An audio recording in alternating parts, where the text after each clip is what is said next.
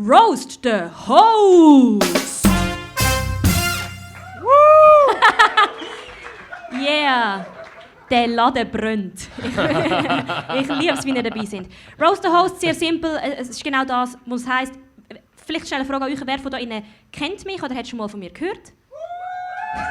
Das ist sehr traurig. 4 Personen. Nummer 1. Wie kannst du Julia so richtig anturnen? Mit Schere, weil Steiner gewinnt gegen Schere. Okay. Sonst noch etwas so, wie kannst du Julia anturnen? Oh. Nicht? Doch. Doch, bitte. Doch. Also, wie kannst du mich anturnen? Mit Euro. Ich sehe, wohin das führt. Joso, mit was kannst du mich anturnen? Mit Dollar.